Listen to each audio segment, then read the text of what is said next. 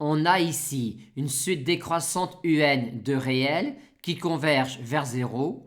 On suppose de plus que cette suite-là est bornée et on nous demande alors de montrer que la série de termes générales UN est convergente. Vu l'hypothèse dans laquelle apparaît la somme partielle Sn de la série, il y a de grandes chances que pour montrer que la série converge, on montre que la suite Sn de ces sommes partielles converge. Notons tout d'abord Tn, cette suite-là. Et essayons tout d'abord de montrer que la suite Tn converge.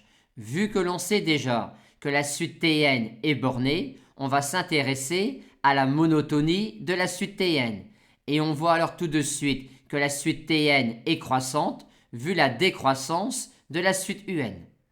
La suite Tn étant croissante et bornée, elle converge.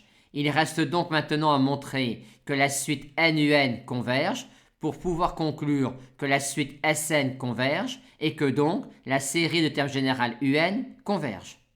Or, c'est un exercice classique de montrer que quand on a une série de termes générales UN convergentes avec UN positif et UN décroissante, alors la suite NUN converge et converge vers 0. Aussi ici, pour montrer que la suite NUN converge, va-t-on montrer que la suite NUN tend vers 0.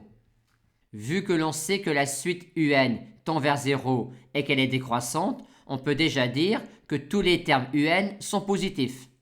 Aussi, pour montrer que la suite NUN tend vers 0, il reste à réussir à majorer la suite NUN par une suite qui tend vers 0.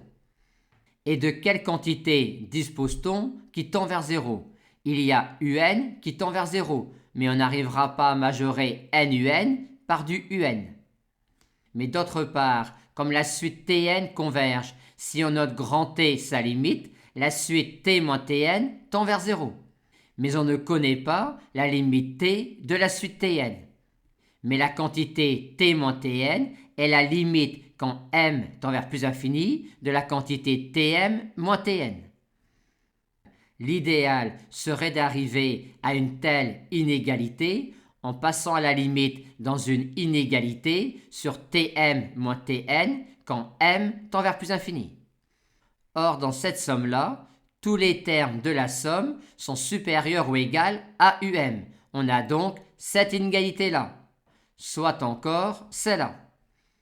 Et maintenant, c'est terminé. En effet, si à n fixé, on passe à la limite dans cette inégalité-là quand m tend vers plus infini, on obtient bien cette inégalité-là, vu que um tend vers 0 quand m tend vers plus infini. Et on a alors NUN qui est positive et inférieure ou égale à une quantité qui tend vers 0 quand n tend vers plus infini. Ce qui démontre que la suite NUN tend vers 0, et comme on savait déjà que la suite Tn convergeait, on peut bien en déduire que la suite Sn converge et que donc la série de termes générales UN converge.